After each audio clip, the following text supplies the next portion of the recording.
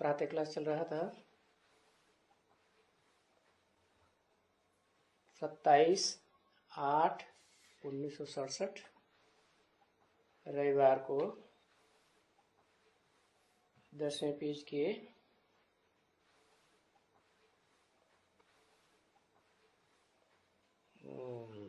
मध्याह्न में बात चल रही थी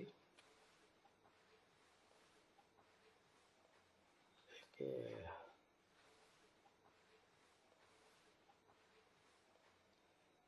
क्या बात चल रही थी?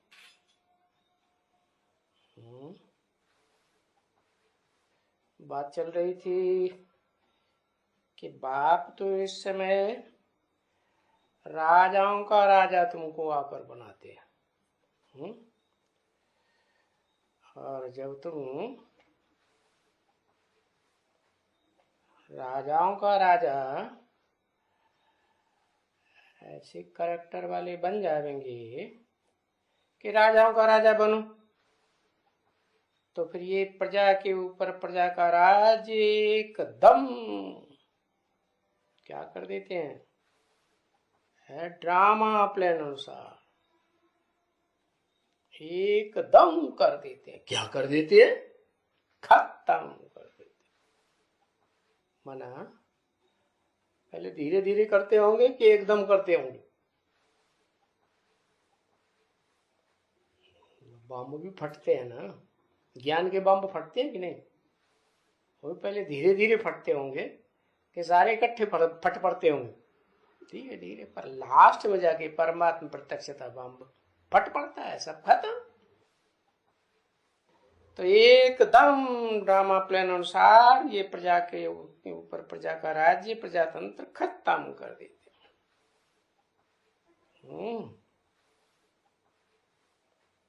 सो बाप इस समय में आकर के सब समझाते हैं।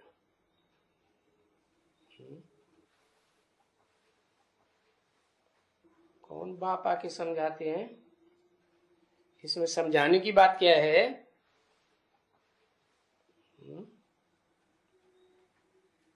शिव बाप आकर के मनुष्य सृष्टि के बाप में आकर के सब समझानी देते हैं, समझानी देते हैं या सिर्फ सुना के चले जाते हैं? सुनने से काम नहीं चलता, सिर्फ सुनने सुनाने से। समझाते भी हैं। ये जो बिल्कुल ही राजाओं के राजा थे,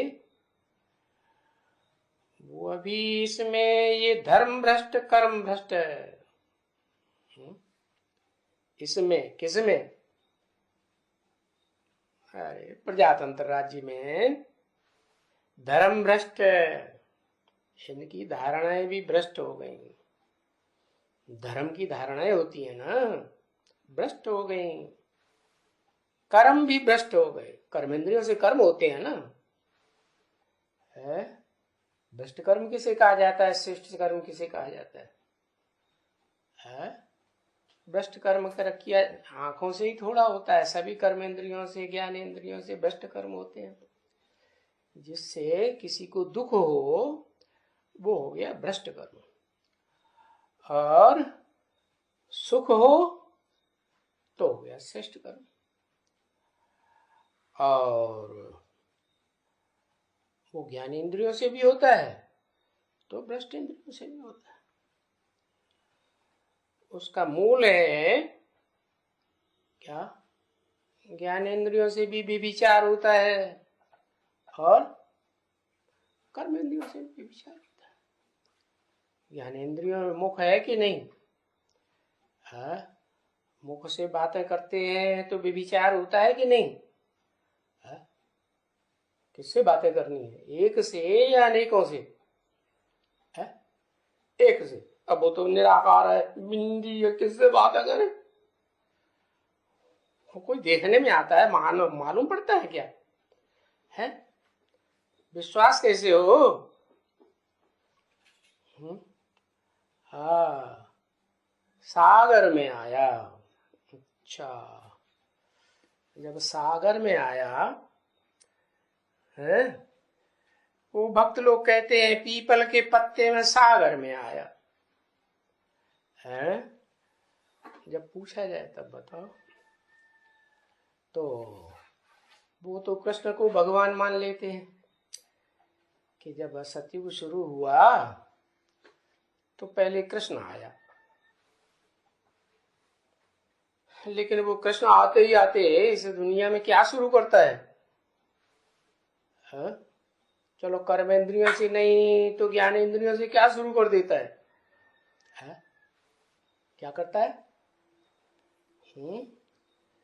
दृष्टि लेना, दृष्टि देना, कर्मेंद्रियों का काम शुरू कर देता है। तो वो कोई भ्रष्ट कर्म हुआ क्या है? अच्छा,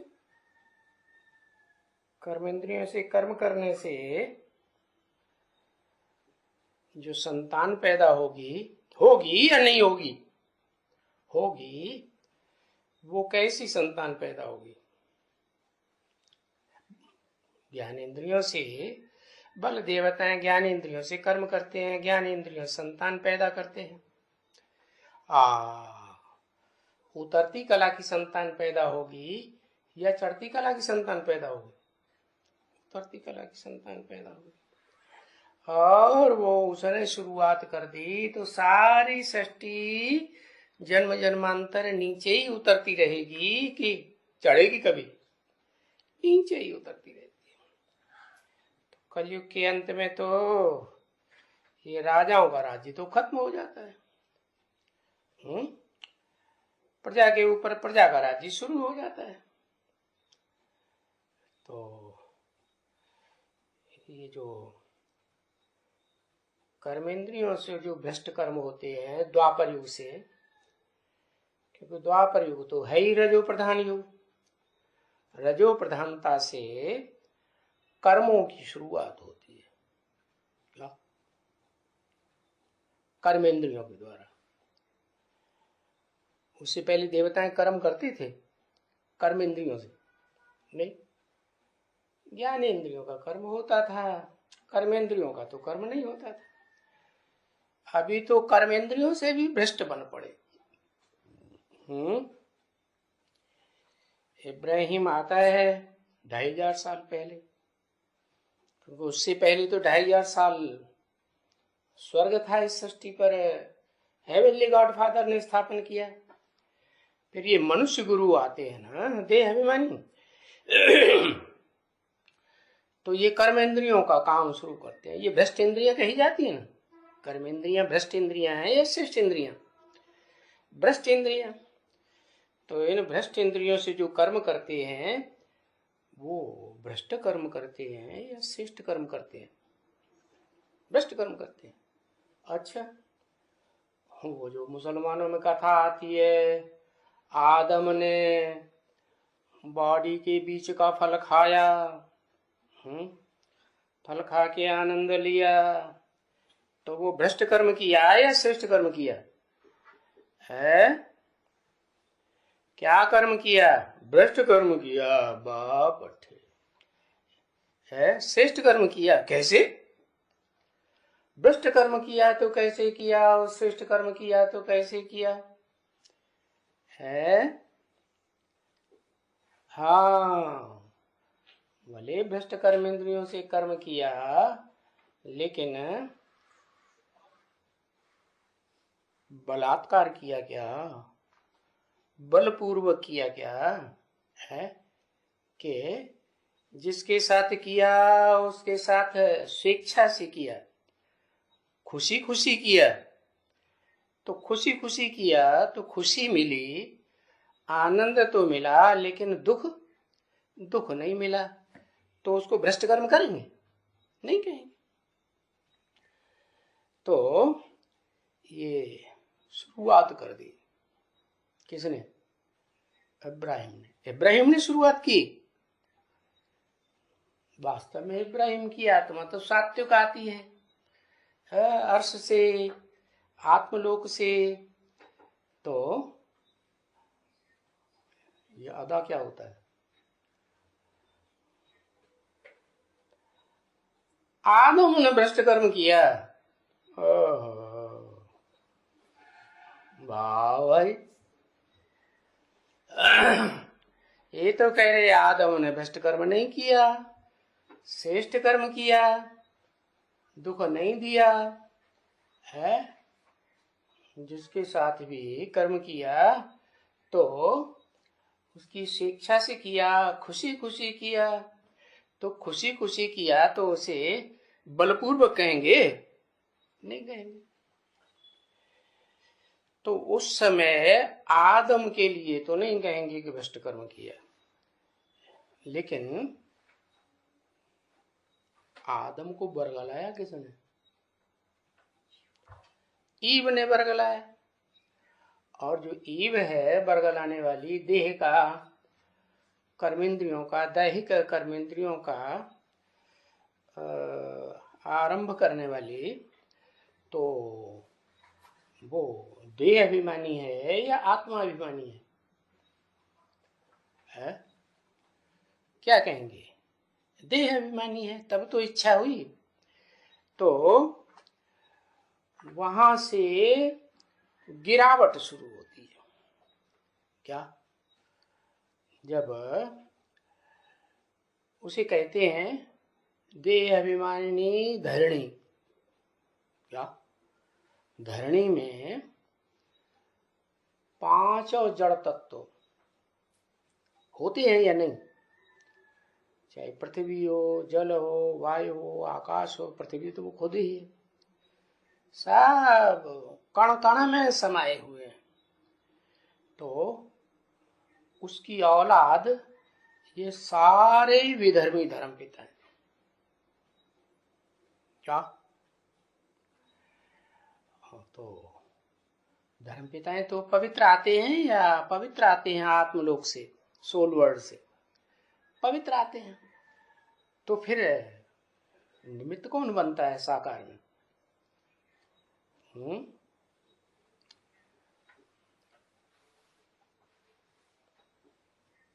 वही देवात्माएं निमित्त बनती हैं। क्या? जिसमें प्रवेश करता है। तो जो धरणी है, उस धरणी में भी 2 रूप है। एक धरणी है आधार मूर्त है, और एक धरणी है आधार, जिसे जड़ कहा जाता है सृष्टि वृक्ष का, उसका बीज। बीज पहले या आधार जड़ पहले? बीज पहले। तो वो बीज कौन हुआ चैतन्य में?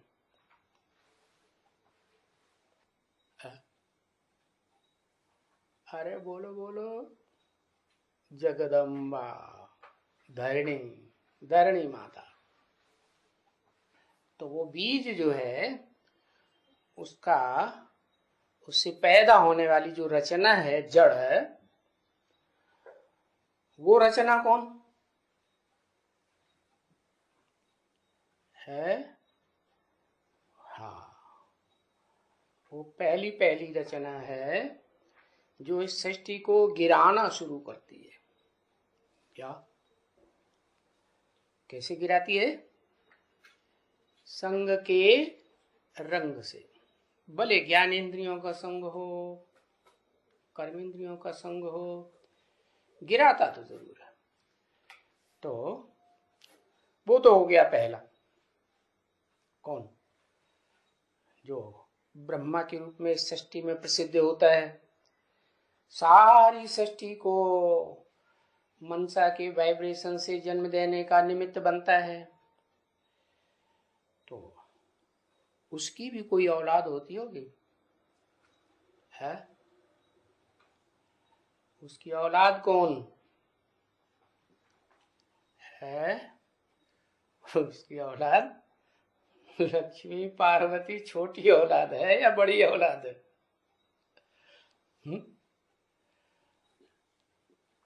है? छोटी है या बड़ी है? वो तो छोटी है।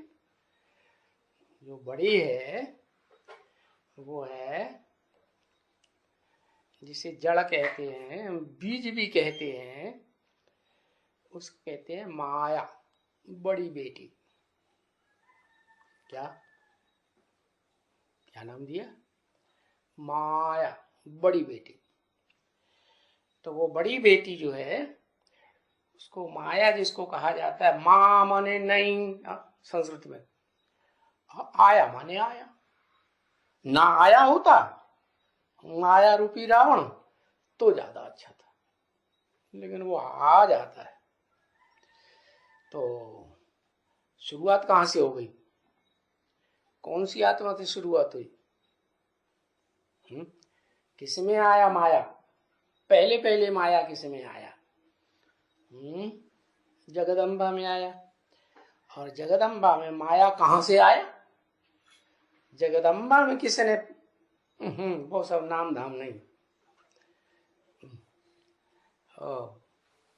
जगदम्बा में किसमें आया, कहां से आया? जगदम्बा में कहां से आया? क्योंकि जो अम्बा होती है, वो जो अम्बा होती है वो तो बच्चों को पैदाइश करने वाली होती है। बच्चों की पैदाइश करते करते उसमें तो क्या इतनी बुद्धि की पावर, इतनी मन की पावर, इतनी इंद्रियों की पावर नहीं रहती है। बच्चे पैदा करने से माताएं बुद्धि हो जाती हैं तो उनकी बुद्धि भी काम नहीं करती, मन भी काम नहीं करता उतना। तो उसको किसने बरगलाया है? जिसने बरगलाया वो कौन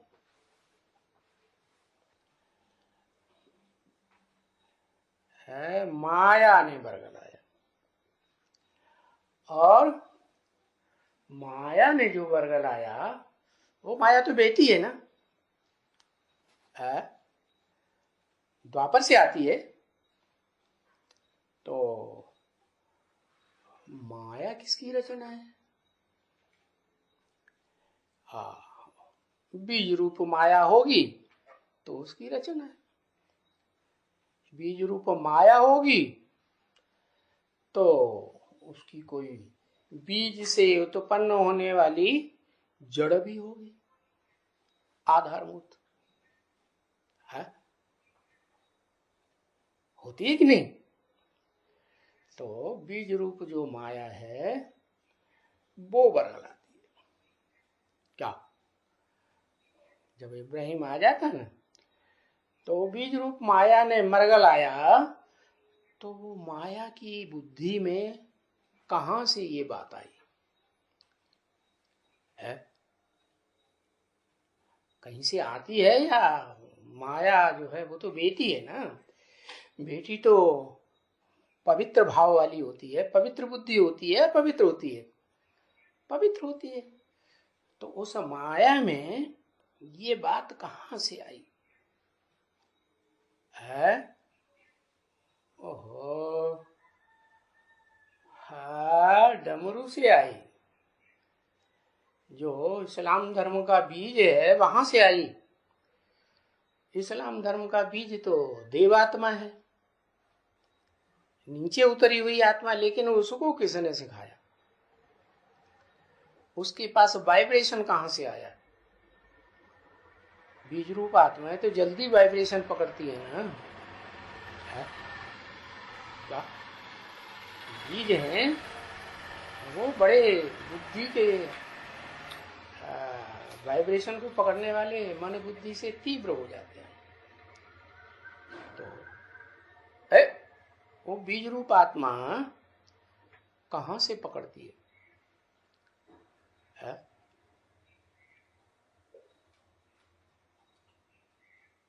है?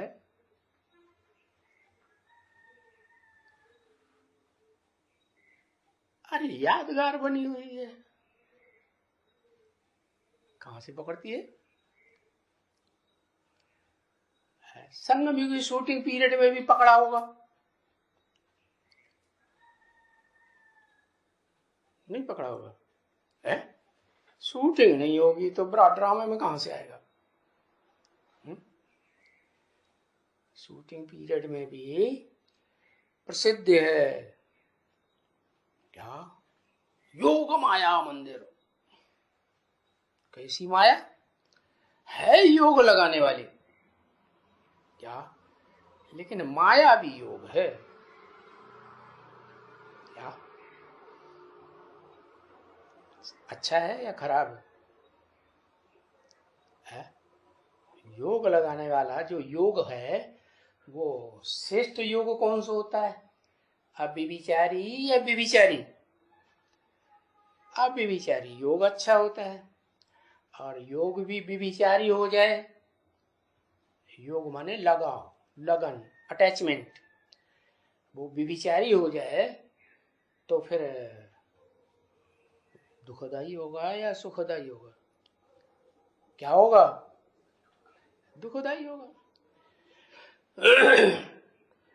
तो बीज रूप जो माया है वो ये वाइब्रेशन कहां से पकड़ती है?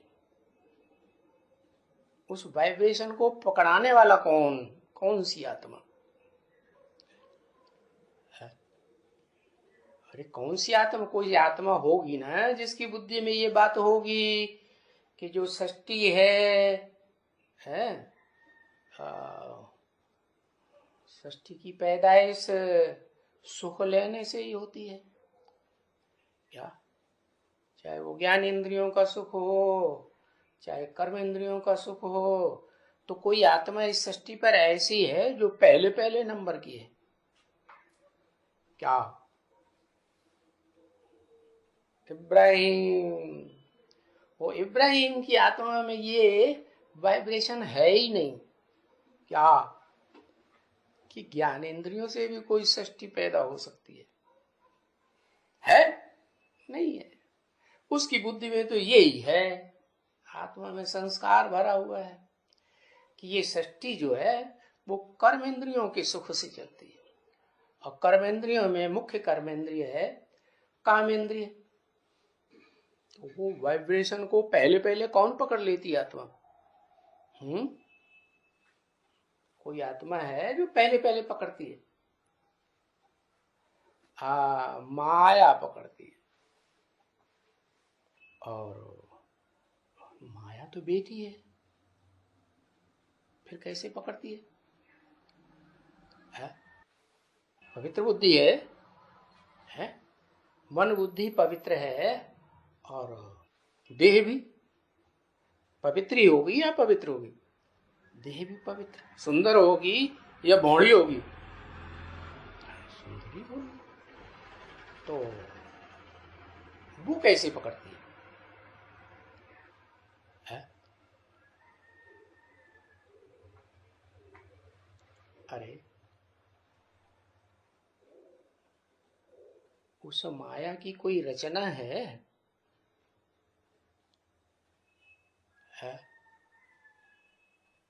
वो माया किसी जड़ को पैदा करती है कि नहीं? है? आधार मूर्त माया, तो जो जड़ पैदा होती है आधार मूर्त, वो इब्राहिम किस में प्रवेश करता है? उसी में प्रवेश करता है। किस में? आधार मूर्त माया में प्रवेश करता है। और वो आधार मूर्त आत्मा माया वो कहां से जन्म लेती हुई आई? ऊपर से आई परम धाम से, या सुखधाम से, स्वर्गधाम से जन्म लेती हुई आई है? सुखधाम से जन्म लेती हुई आई। और रचना किसकी है सुखधाम में?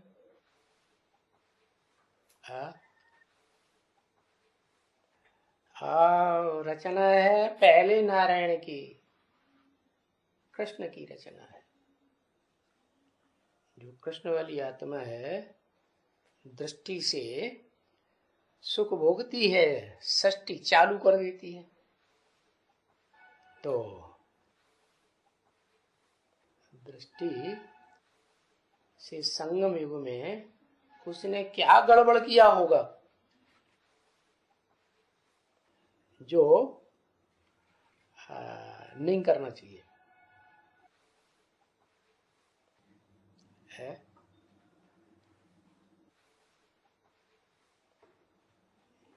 विचार नहीं करना चाहिए है। आंखों से दृष्टि का विचार शुरू किया और इस विचार में पहली पहली शिकार बनी जो आत्मा, वो उससे पैदा होने वाली सेकंड नारायण बनती है। वो ही सेकंड नारायण जब नीचे गिरता है जन्म लेते लेते सुख भोगते भोगते, तो उस नारायण वाली आत्मा में ही इब्राहिम प्रवेश कर जाता है और प्रवेश करके वो अपना काम करेगा। क्या काम कैसा करेगा?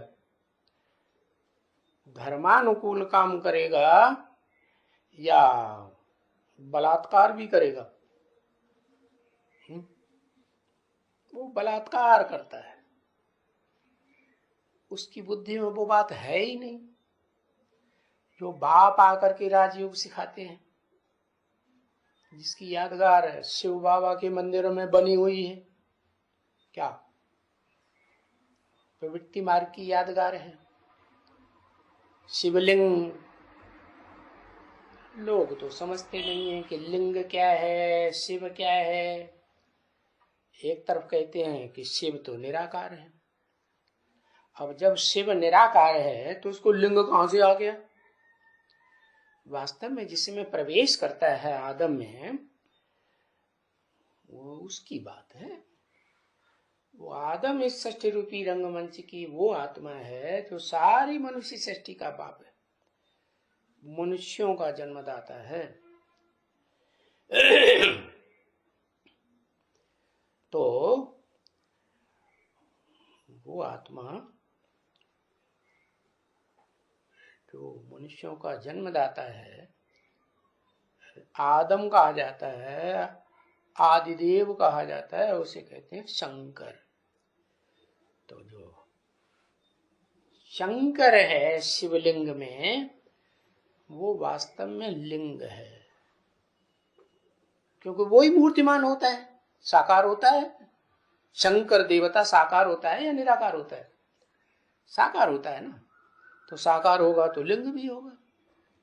तो वो लिंग जो मूर्तिमान होता है, उसमें शिव प्रवेश करके वो तरीका सिखाते हैं।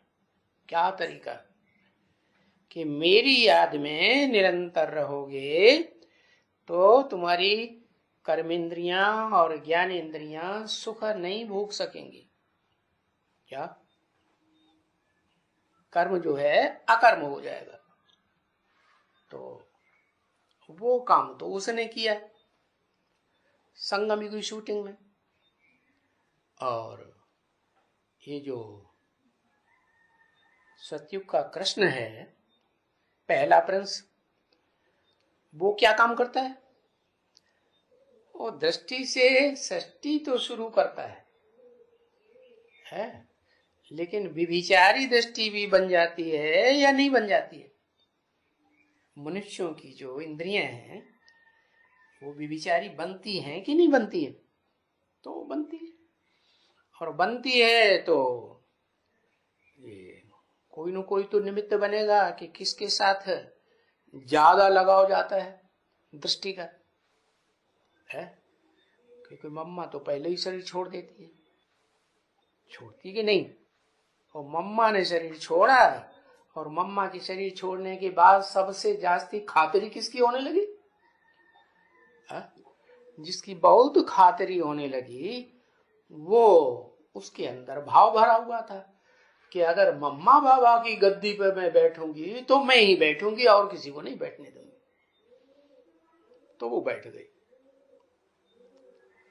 और उसने भी वही धंधा शुरू कर दिया। क्या? दृष्टि का लेना, दृष्टि का देना, बस वो योग हो गया। और ये समझाने कि वास्तव में ये राजयोग क्या होता है और राजयोग सिखाने वाला कौन होता है, और सबसे पहले नंबर में इस षष्ठी रूपी रंगमंच पर राजयोग सीखने वाला कौन होता है? जाना जाना तेरा भला आधा सोता जाता है बुद्धि में घास बैठे। माता जी उसकी बुद्धि में बैठता है क्या? राजयोग सिखाने वाला कौन? किसकी बुद्धि में? किसकी बुद्धि में बैठता है राजयोग सिखाने वाला कौन? किसकी बात हो रही है? प्रभु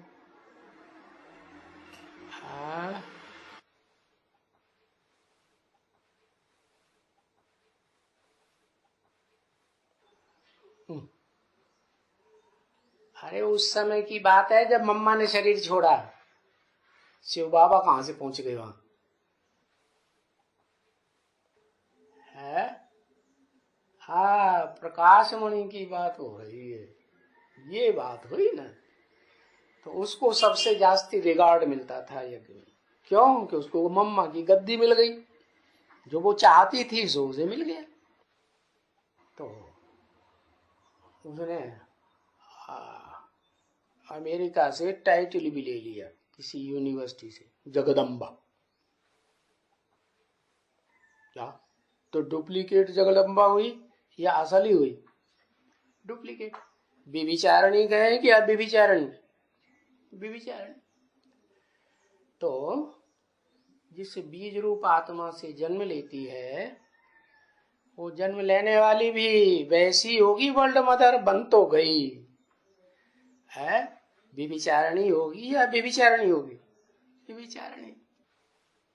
तो वही आत्मा जन्म लेते लेते सतयुग से त्रेता तक, त्रेता से कलयुग तो बाद में आएगा, पहले द्वापर युग आता है ना। तो द्वापर के आदि में वही आत्मा निमित्त बनती है इब्राहिम का शरीर लेने के लिए। इब्राहिम की आत्मा जो पवित्र ऊपर से आती है ना, तो वो उसमें प्रवेश करती है। और जो आत्मा सतयुग के आदि प्रिंस की बुद्धि खराब कर सकती है, तो जो प्रवेश करेगी उसकी आत्मा बुद्धि खराब नहीं होगी है? तो वो धंधा शुरू हो जाता है। क्या? कर्मेंद्रिय का, कामेंद्रिय का, वहां से शुरुआत। और ये बच्ची तो बाद में पैदा होती है। कौन बच्ची है? माया बच्ची बाद में पैदा होगी, पहले पहले पैदा होती है। तो वो माया बच्ची जो है, वो तो बच्चे तो सब देख लेते हैं ना क्या हो रहा है, बुद्धि ज्यादा तीखी होती है तो भी पकड़ लेते हैं। उस बच्ची ने बात तो बुद्धि में आ गई है, और बच्ची बड़ी होती है। तो इस्लामियों की संख्या उस समय कम होती है या ज्यादा होती है? ज्यादा होती है, थोड़ी होती है, संख्या होती ही नहीं। अब उन्हें तो अपना भोजन चाहिए, सुख का, कर्मेंद्रिय का भोजन, और मिलता है नहीं कहीं ऐसा सुंदर देह का भोजन। अपनी लड़की, अपनी बहन, बस उनके ही ऊपर फिदा हो जाते। तो लड़की क्या करेगी है? वो क्या करेगी? अपनी दादी अम्मा को नहीं बताएगी है? दादी अम्मा को बताएगी कि नहीं? कौन है दादी अम्मा? दादी अम्मा तो बड़ा प्यार करती है बच्चों को। दादी अम्मा को प्यार होता है कि नहीं? बहुत प्यार होता है। तो कौन दादी अम्मा है? जगदम्बा। जगदम्बा की बुद्धि में बात आती है तो जगदम्बा जगदप्पा को बरगलाती है। वो तो पुरुष है? पुरुष की तो कमजोरी होती है क्या? द्वैतवादी द्वापर युग से जब आत्मा नीचे उतरती है तो कमजोरी आती है कि नहीं? और कमजोरी तो पहले भी थी। सतयुग त्रेता में देवताओं में कमजोरी नहीं थी? स्त्री जाति के प्रति आकर्षित होने की थी या नहीं? हाँ, कोई से भी, कोई इंद्रिय से भी वो कमजोरी थी या नहीं थी? थी।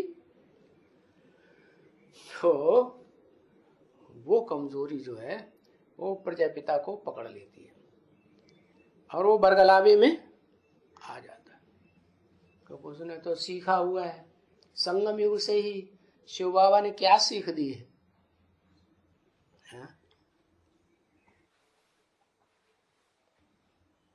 राजयोग की सीख दी है, वो याद रहेगा। राजयोग,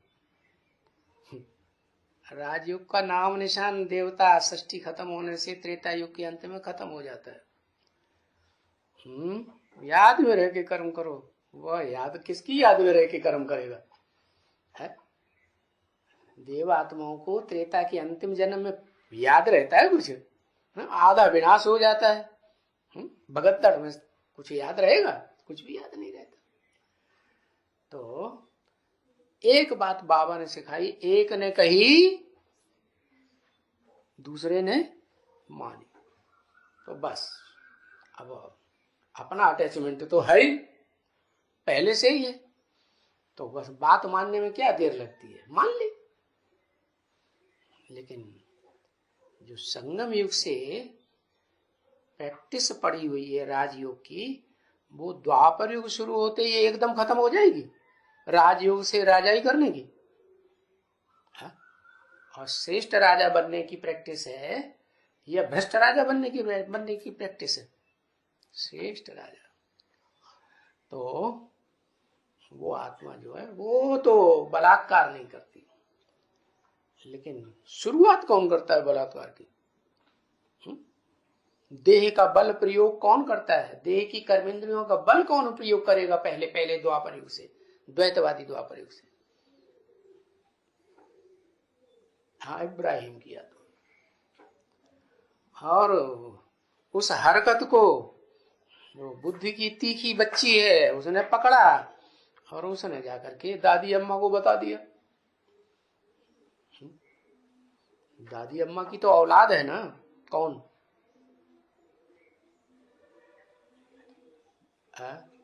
हाँ, वो जो इब्राहिम का आधार मूर्त बनता है ना, वो दादी अम्मा की औलाद है ना। तो बस वो माया का काम शुरू हो गया। माया सबसे ज्यादा पावरफुल हुई या रावण ज्यादा पावरफुल हुआ? रावण कहते हैं पुरुष प्रकृति को और माया कहते हैं स्त्री प्रकृति को। तो राज्य किसका कहा जाए?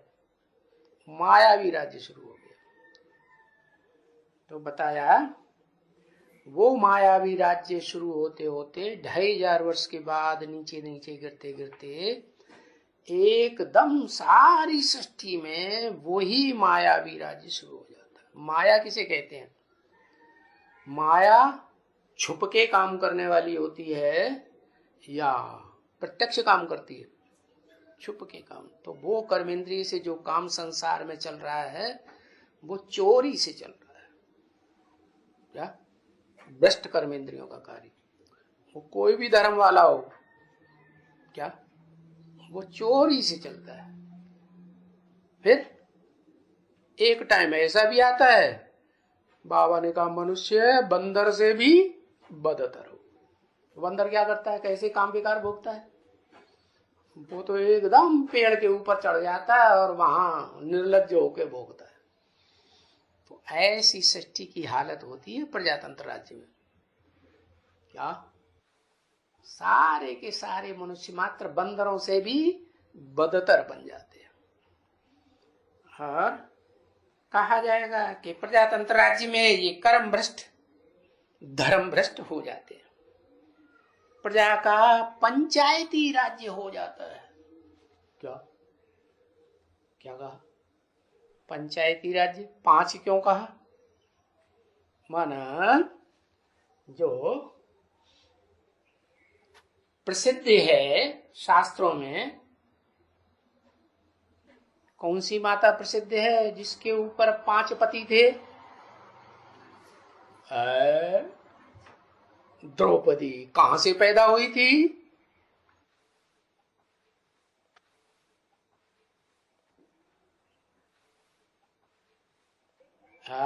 यज्ञ कुंड से। वो यज्ञ कुंड कहाँ है? शास्त्रों में तो लिख दिया अग्नि का कुंड था। अग्नि के कुंड में से स्वाहा स्वाहा किया तो एक बच्चा एक बच्ची पैदा हुई। बच्ची का नाम द्रौपदी पड़ा। तो अब कोई अगर ये परंपरा शुरू हुई थी तो वो परंपरा आज क्यों नहीं देखी जा रही? कहीं यज्ञ कुंड से कोई बच्चा बच्ची पैदा हुआ आज का? सब अंधश्रद्धा की बात है।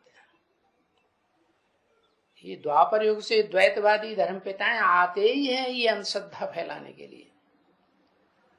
तो उस अंधश्रद्धा से प्रभावित होकर के ये जो भारतवासी देवताएं थे सतयुग त्रेता में, वो ऋषि मुनि तो बनते हैं, पवित्रता के उनके संस्कार तो हैं, कोशिश तो करते हैं पवित्र रहने की, लेकिन ये जो जो पावरफुल आत्माएं आती है ना, इब्राहिम बुद्ध क्राइस्ट वगैरह, इनके प्रभाव से प्रभावित होते रहते हैं। तो अब ये सृष्टि तो काजल की कोठरी होती जा रही है, काले कर्म की। दुनिया का सबसे बड़ा काला कर्म कौन सा हुआ जो छुप के किया जाता है?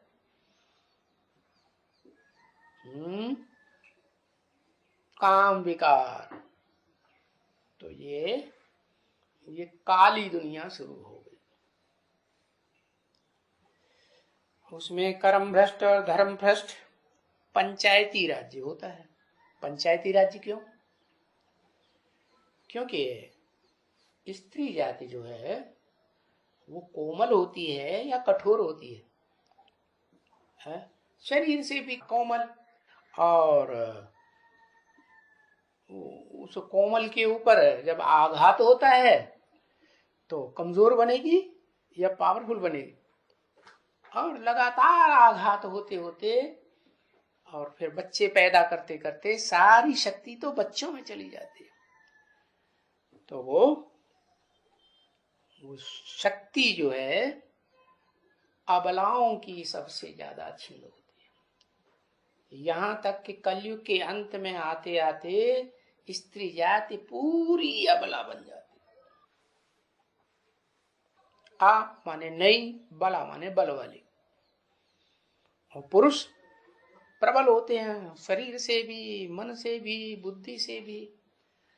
तो वो तो अपना धंधा करना, दुर्योधन दुष्ट युद्ध करना, सुख तो भोगते हैं, लेकिन जिसके साथ सुख भोगते हैं वो दुष्ट युद्ध जरूर करेंगे, बलात्कार जरूर करेंगे।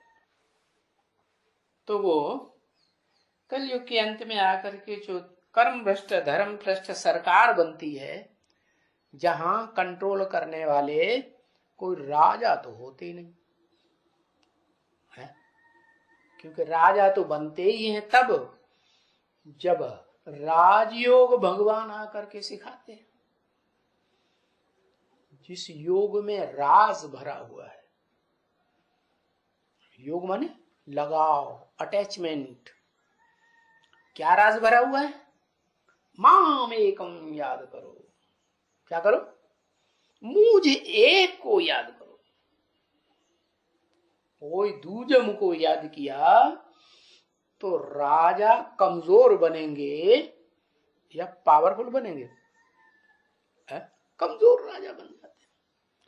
तो कोई तो ऐसा होगा जिसने पूरा बात को फॉलो किया हो, क्योंकि शिव तो आते हैं, वो तो निराकार है। वो निराकार तो कैसे बताएगा बात राजयोग की? तो वो तो जिसमें प्रवेश करते हैं उसका नाम ब्रह्मा देते हैं। ब्रह्म माने बड़ी, माँ माने माँ।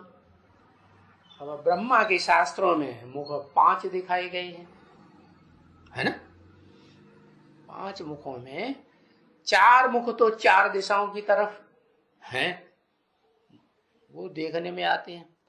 लेकिन ऊपर वाला जो मुख था, ऊर्ध्वमुखी मुख, वो काट दिया गया। क्यों? क्योंकि उस मुख ने, ब्रह्मा के मुख से जो वेदवाणी निकली, उन वेदों की भर्त्सना करना, ग्लानि करना शुरू कर दिया। इसीलिए गीता में लिखा हुआ है, त्रैगुण्य विषया वेदा निस्त्रैगुण्यो भवा अर्जुन।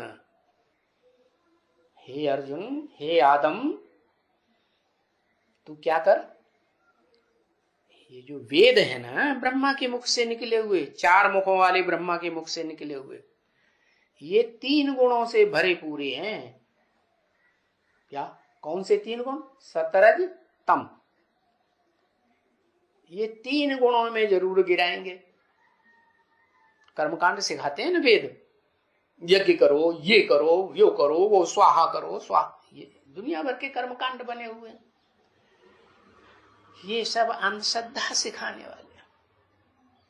तो जो ऊर्ध्वमुखी सर है ना, उसने तो सारा भंडाफोड़ कर दिया। ब्रह्मा के मुख से निकले हुए ब्रह्म वाक्य, जिसे वेद वाक्य कहते हैं, उसका भंडाफोड़ कर दिया।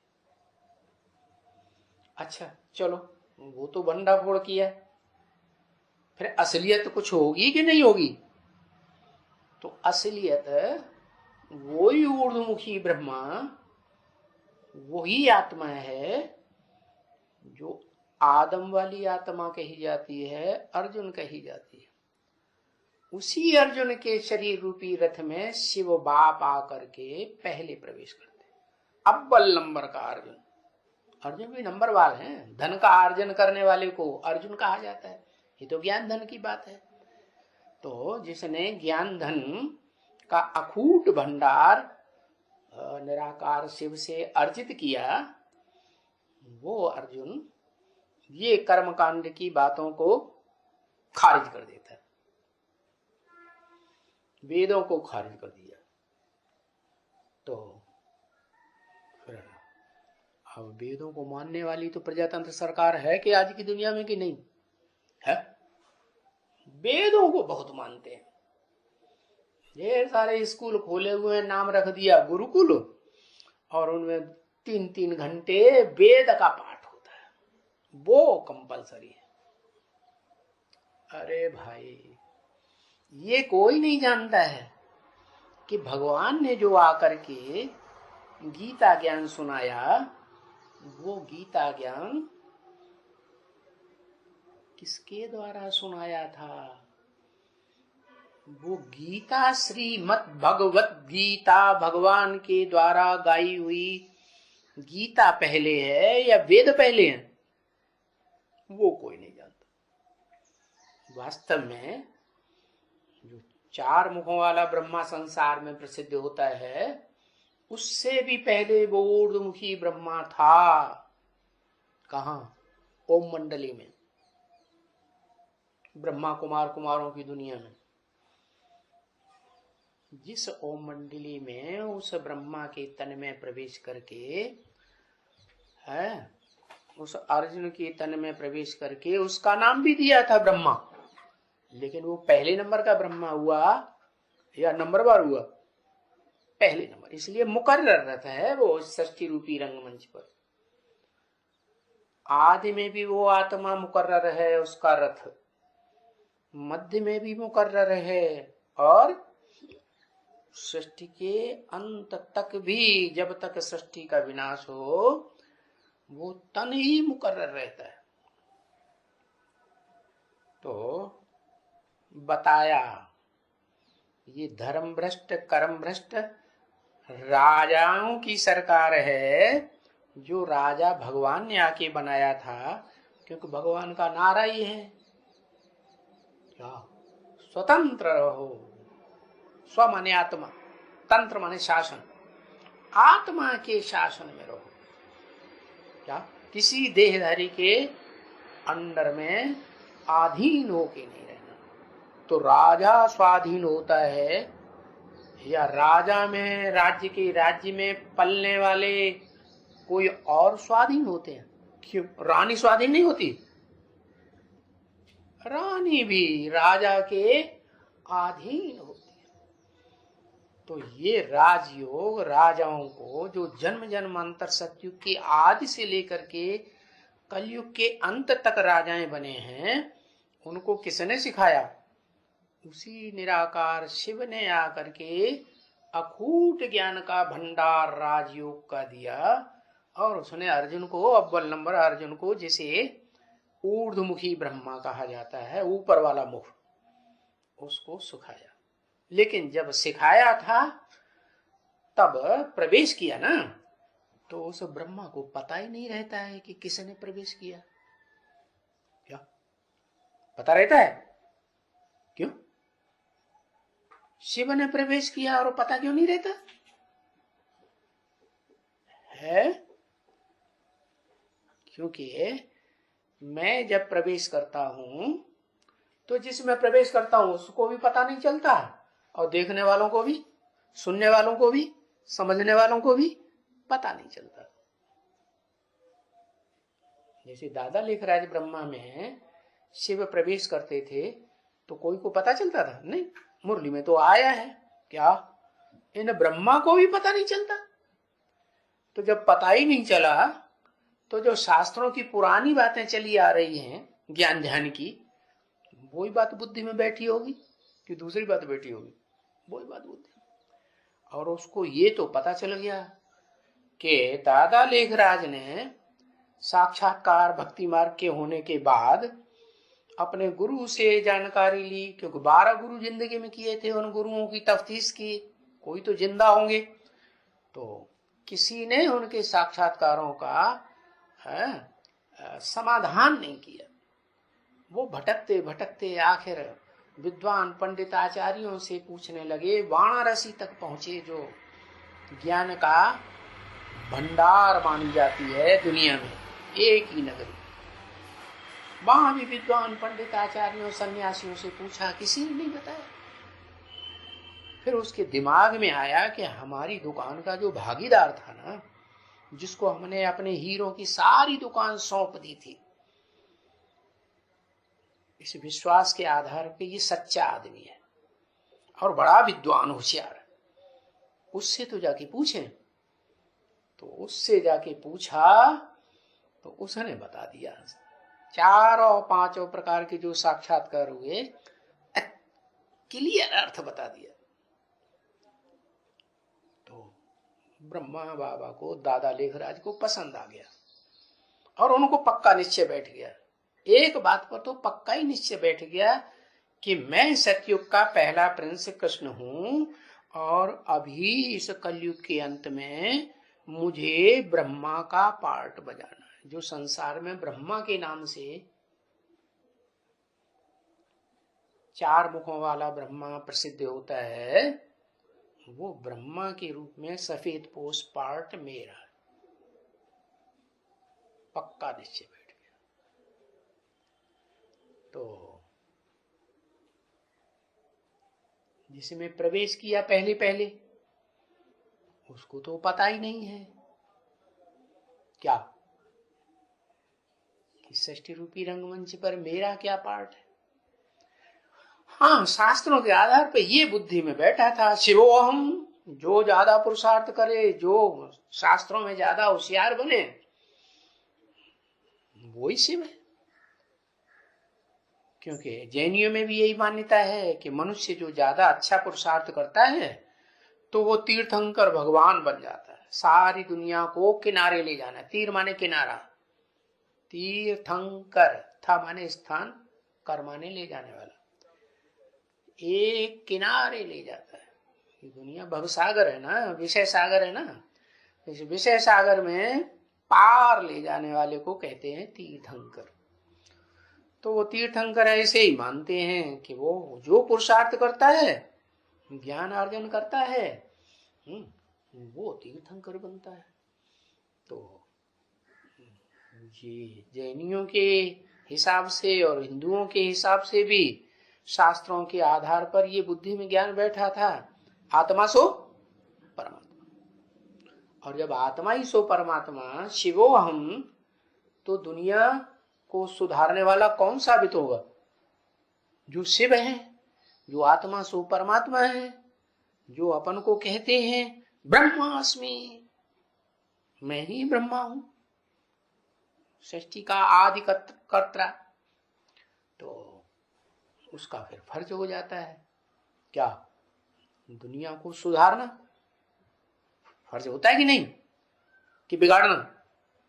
तो फिर उसने दिमाग में, बुद्धि में बात तो आएगी ना, संग के रंग से ही सुधरते हैं और संग के रंग से ही बिगड़ते हैं। तो बस जो संग का रंग है वो कर्म इंद्रियों से लगाना, चाहे वो ज्ञान इंद्रियां हो, आंखें, चाहे वो मुख हो, और चाहे वो भ्रष्ट इंद्रियां हो, कर्म इंद्रियां, उनसे संग का रंग लगाना शुरू कर दिया। अमेरिका तक आवाज पहुंच गई। क्या क्या आवाज पहुंच गई? अखबारों में ये बात निकली कि कलकत्ते का एक जौहरी कहता है कि मुझे 300-400 कन्याएं मिल गई हैं, 16,000 चाहिए। अरे बाप रे, बस वो बात सिंध हैदराबाद में आग की तरह फैल गई है। और वहां तो सत्संग में वो जौहरी भी था, कलकत्ते वाला, बाबा का भागीदार। तो बस बाबा, ब्रह्मा बाबा, दादा लेखराज तो रफू चक्कर हो गए, भाग गए। अब उनका तो बहुत ज्यादा मान मर्तबा था ओम मंडली में। सिंधियों का मान मर्तबा होगा कि नहीं है? सिंधी लोग उनको बहुत अच्छा समझते थे, क्योंकि जब सत्संग की शुरुआत हुई थी तो सिंध हैदराबाद वालों को ढेरों के ढेरों लोगों को साक्षात्कार होते थे। कृष्ण का साक्षात्कार होता था, फिर कृष्ण के साक्षात्कार के बाद तुरंत सफेद पोष का साक्षात्कार होता था ब्रह्मा के रूप में। तो उस समय साक्षात करके ढेर सारी आत्माएं वहां से सत्संग में हुजूम इकट्ठा होने लगा। और वो सारा का सारा सत्संग, ब्रह्मा तो बड़े धनवान थे, उनके तो ढेर सारे मकान भी थे, बड़े बड़े महल, माड़िया जैसे। तो उनमें ये धंधा चलता रहा। और जब विस्फोट हुआ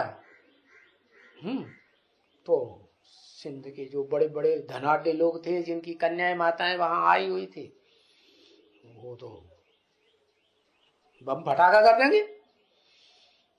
और ब्रह्मा बाबा गए भाग। तो लोगों की श्रद्धा तो ब्रह्मा बाबा के ऊपर थी सिंध हैदराबाद में।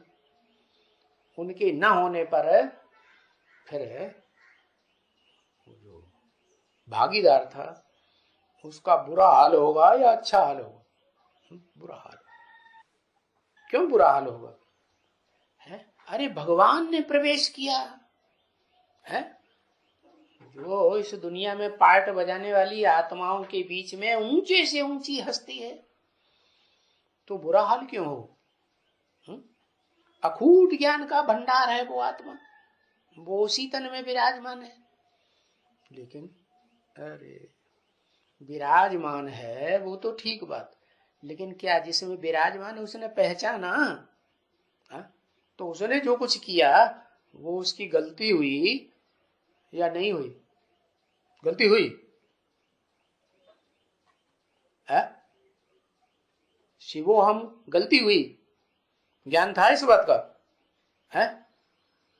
इस सृष्टि में हर आत्मा पुरुषार्थ करके शिवो हम नहीं बन सकती, क्योंकि शिव का तो एक मुकर्रर रथ होता है, बाकी टेम्परेरी रथ होते हैं।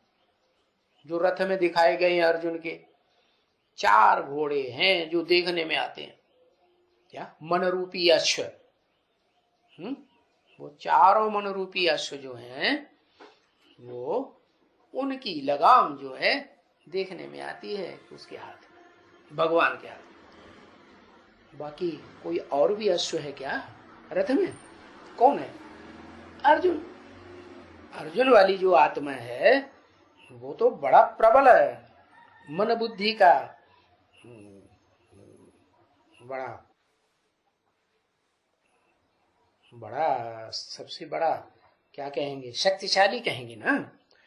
तो वो गुप्त रहती है, दिखाई नहीं पड़ती किसी, वो घोड़ा नहीं किसी को दिखाई पड़ता। लेकिन क्या उसने पहचाना? नहीं पहचाना। तो वो पहचाना ही, ज्ञान ही नहीं था। ज्ञान माने जानना, पहचानना। जब ज्ञान ही नहीं था तो गलती कहेंगे? है? नहीं गलती कहेंगे।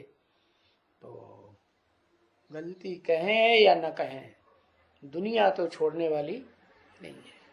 तो बस उस समय कोई ब्राह्मणों ने, ब्रह्मा कुमार कुमारियों ने साथ नहीं दिया, सब चौकड़ी मार के भागने लगे और उसकी हत्या कर दी गई। इसलिए मुरली में आया है क्या क्या क्या आया है? लाश भी गुम कर दी। इसलिए शास्त्रों में ये लिखा है, भगवान का जो विराट रूप है ना, उस विराट रूप में सारा शरीर तो दिखाते हैं लेकिन चोटी नहीं दिखाते हैं। क्या? ब्राह्मणों को नहीं दिखाया है, देवताएं दिखाए हैं, ऋषि मुनि दिखाए हैं, असुर दिखाए हैं,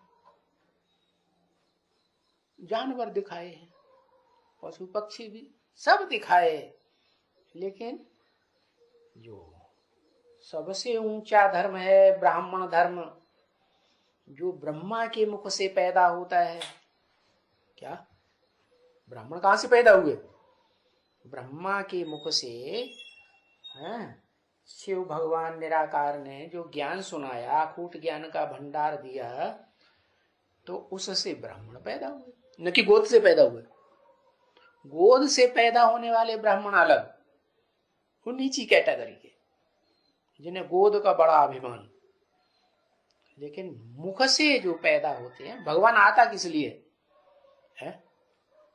गोद लेने के लिए आता है कि ज्ञान देने के लिए आता है? ज्ञान देने के लिए आता है ना। तो ज्ञान तो मुख्य चीज हुई ना। ऋते ज्ञानान्य मुक्ति, बिना ज्ञान की तो मुक्ति होती नहीं। बिना गोद के मुक्ति नहीं होगी ऐसा कुछ कहा नहीं। होगी भी तो गोद में का जिनको अभिमान है उनकी पूरी मुक्ति नहीं होगी, 84 जन्म की। क्या कम जन्म की मुक्ति होगी दुखों से, या पूरे 84 जन्म की मुक्ति हो जाएगी? नहीं होगी। तो यही बात है कि जिन्होंने राजयोग सीखा, वो राज की बातें जानी, वो राजाएं बन गए।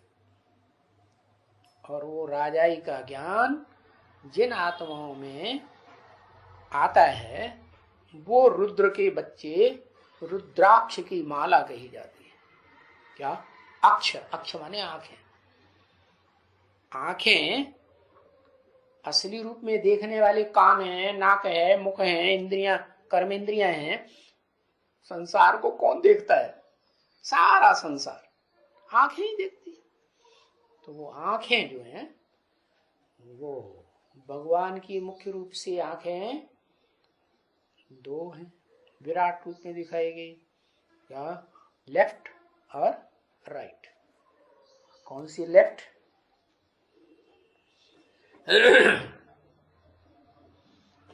एक राम और एक कृष्ण। क्या? जो लेफ्ट आंख है जब संपन्न बनती है ना, तो वो लेफ्ट आंख कमजोरियां पकड़ती है या गुणों पे ज्यादा ध्यान देती है? क्या पकड़ती है लेफ्ट आंख? है कमजोरियां पकड़ती है। और कमजोरियों के आधार पर जो पाप किए हैं उन पापों के आधार पर दंड देती जाती है।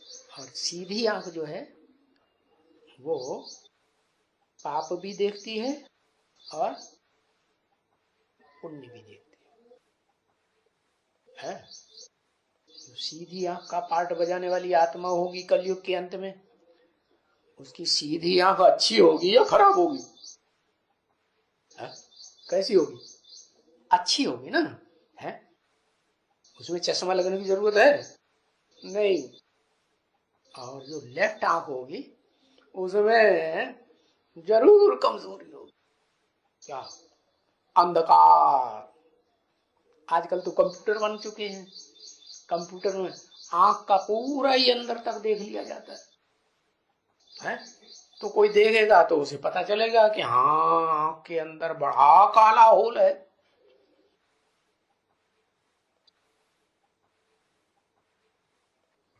मतलब क्या हुआ?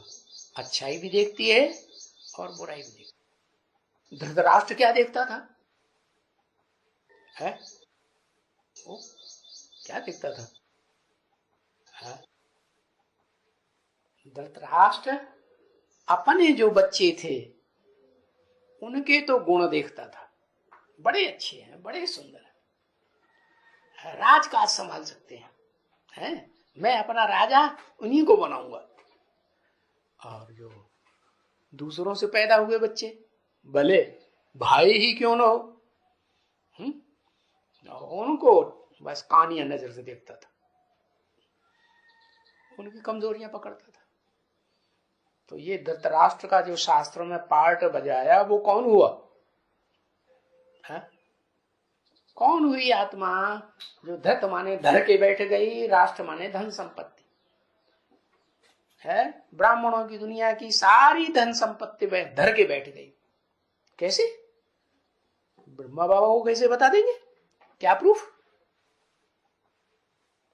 अरे प्रूफ भी बताओगे? बिना प्रूफ प्रमाण के ऐसे ही हर बात बताते रहोगे अंधश्रद्धा से सुनी सुनाई।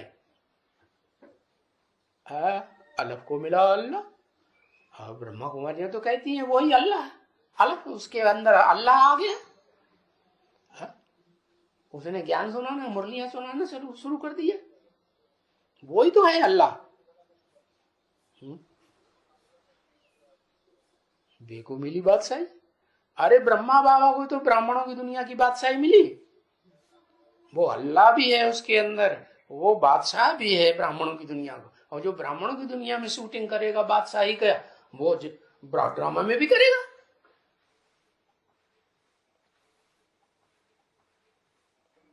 अरे सब भूल गए।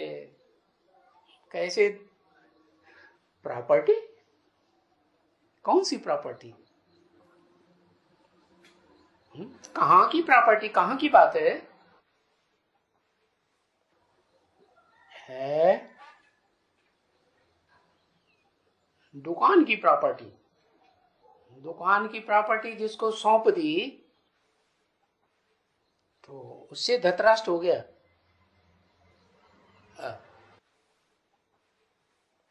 अरे वो धृतराष्ट्र हो गया इसलिए कि उसने ओम मंडली में धोखा देके भाग गया, और भाग जाने के बाद जब उसकी मौत हो गई, लाश गुम कर दी लोगों ने, तो मैदान में आ गया। और सन 47 से ब्रह्मा कुमार कुमारियों की संस्था चालू कर दी। ब्राह्मणों की दुनिया की राजाई लेके बैठ गया कि नहीं? है? बैठ गया। तो धृतराष्ट्र हुआ कि नहीं? धृत माने धारण कर लिया, धर लिया। राष्ट्र माने धन संपत्ति, स्थूल धन संपत्ति। ज्ञान की धन संपत्ति जो थी लेने वाले उन ब्राह्मणों के ऊपर कब्जा करके बैठ गया। नाम क्या दिया? ये संस्था का नाम क्या दिया उस समय से? ब्रह्मा कुमारी ईश्वरी विश्व, माने अपने नाम के ऊपर उस संस्था का नाम डाल दिया, ब्रह्मा कुमारी ईश्वरी विश्वविद्यालय। क्यों भैया? ब्रह्मा का अर्थ होता है बड़ी अम्मा।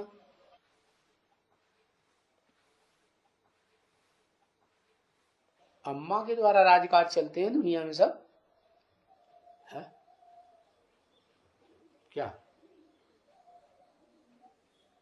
अम्मा, विधवा अम्मा। एक प्रजातंत्र राज्य में भी, भारत में एक विधवा अम्मा हुई। भक्ति मार्ग में शूटिंग होती है ना। हाँ, इंदरा, अंदर, इन माने अंदर, डरा माने डर, जिसके अंदर डर भरा हुआ था। पाप कर्म करेगा तो डर भरा होगा कि नहीं है? हाँ, तो इंदिरा, फिर टाइटल मिला गांधी। अच्छा, ये गांधी जो नाम लिया वो किसकी पुत्री हुई फिर? कोई गांधी नाम का था क्या? कौन था? करमचंद गांधी। नाम क्या पड़ा? करमचंद, कर्म का चंद्रमा, कर्म करो। अरे, जब देवताओं को ही कर्म करने की दरकार नहीं होती है, प्रकृति सारे कर्म करती है, सृष्टि के संचालन की सब पूर्ति करती है, तो कर्मेंद्रियों से कर्म करने की जरूरत है? तो करमचंद गांधी नाम पड़ गया, गांधी। क्योंकि कर्मेंद्रियों में प्रधान इंद्रिय तो काम इंद्रिय है। गंदा काम करती है कि सुच्चा काम करती है?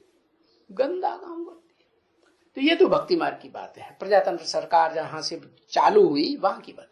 ज्ञानियों में भी प्रजातंत्र संस्कार, प्रजातंत्र सरकार के फाउंडेशन पड़ा होगा या नहीं पड़ा होगा शूटिंग पीरियड में? तो वो हुए दादा लेखराज ब्रह्मा। क्या, कैसे, क्या गंदा काम किया? मुरली में बोला है, तुम बच्चे तो ऐसे नहीं करेंगे। बाप बैठ करके, शिव बाप बैठ करके एक एक को सताश देते हैं दृष्टि का। इसलिए कहते हैं आंखें खोल के बैठो, नहीं तो दृष्टि का संग का रंग कैसे मिलेगा? मिलेगा? नहीं मिलेगा। तो ये धंधा तुम बच्चे तो नहीं करेंगे। लेकिन ब्रह्मा ने क्या किया?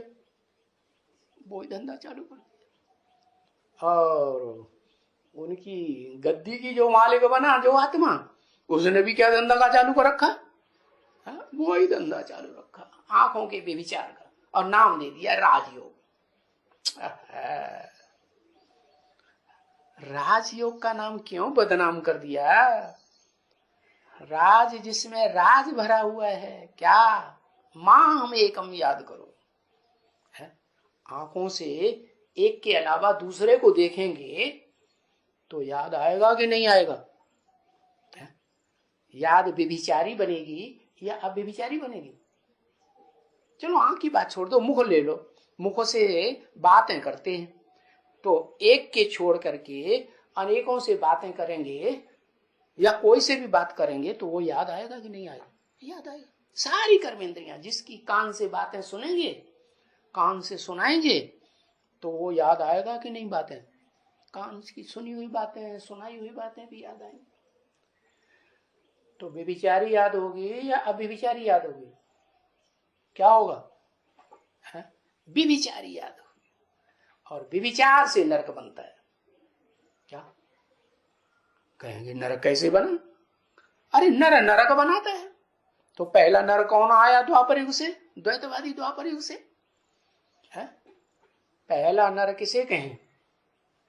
है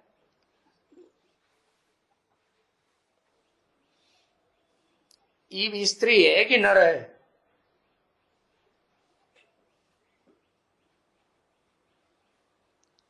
इब्राहिम।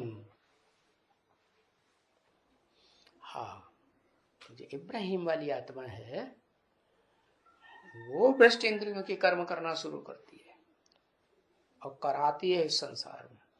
उसके प्रभाव से प्रभावित हुए जो देव आत्माएं हैं, जन्म लेते लेते सुख भोगते भोगते नीचे उतरते हैं, तो वो पहले प्रभावित हो जाते हैं। अप्रभावित माने प्रजा। और सारी दुनिया जानती है, भारतवासी भी जानते हैं कि भारत की देव आत्माएं ही नीचे गिरती हैं तो विधर्मियों से प्रभावित होती है। चाहे वो ऋषि मुनि ही क्यों न हुए हों, वो भी प्रभावित होते। तो उन धर्म पिताओं की प्रजा बनेंगे कि नहीं?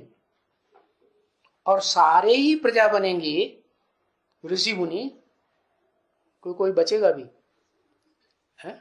कोई नहीं बचेगा। वाह भैया, ये तो खूब बताई। कहते हैं कोई, हाँ, कौन बचेगा? एक है ऋषि मुनियों में जो नहीं बचता है, वो प्रजा नहीं बनता उनकी। कौन? प्रजा पिता। अरे प्रजा का पिता 500-700 करोड़ का कलयुग के अंत में होगा या द्वापर में होगा? आ गया प्रजापिता व्यास। क्या व्यास है, जिसके लिए गीता में भी व्यास प्रसादात, व्यास की प्रसन्नता से ये गीता ज्ञान मिला।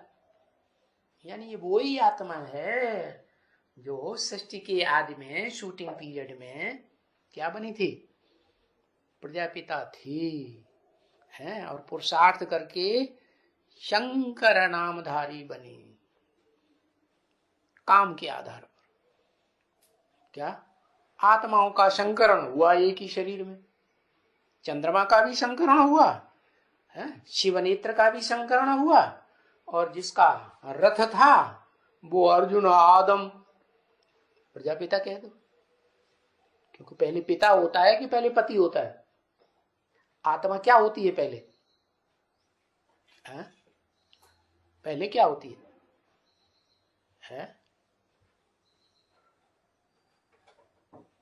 अरे पुरुषार्थ करके सारी विश्व का पिता बनता है, पति बनता है, या पहले ही विश्व का विश्वपति बन जाता है? पुरुषार्थ करता है, और पुरुषार्थ करने से पहले तो पिता था ना। तो शास्त्रों में नाम वो ही दे दिया है प्रजापति। वास्तव में प्रजापति नाम जो है वो सृष्टि के अंत का नाम है। क्या 500-700 करोड़ विश्व धर्मों की आत्माएं जब प्रजा बनती हैं धर्म पिताओं की, तो वो 500-700 करोड़ प्रजा होती है टोटल मिला के सब धर्मों की। तो उसका कोई पिता है जो संसार में प्रत्यक्ष होता है। पतित तन वाला होगा, पावन तन वाला होगा? पतित तन वाला होगा ना। 500-700 करोड़ पतित हैं या पावन है? पतित है। तो पहले होता है पतित, फिर बाद में होता है पावन। ओम शांति।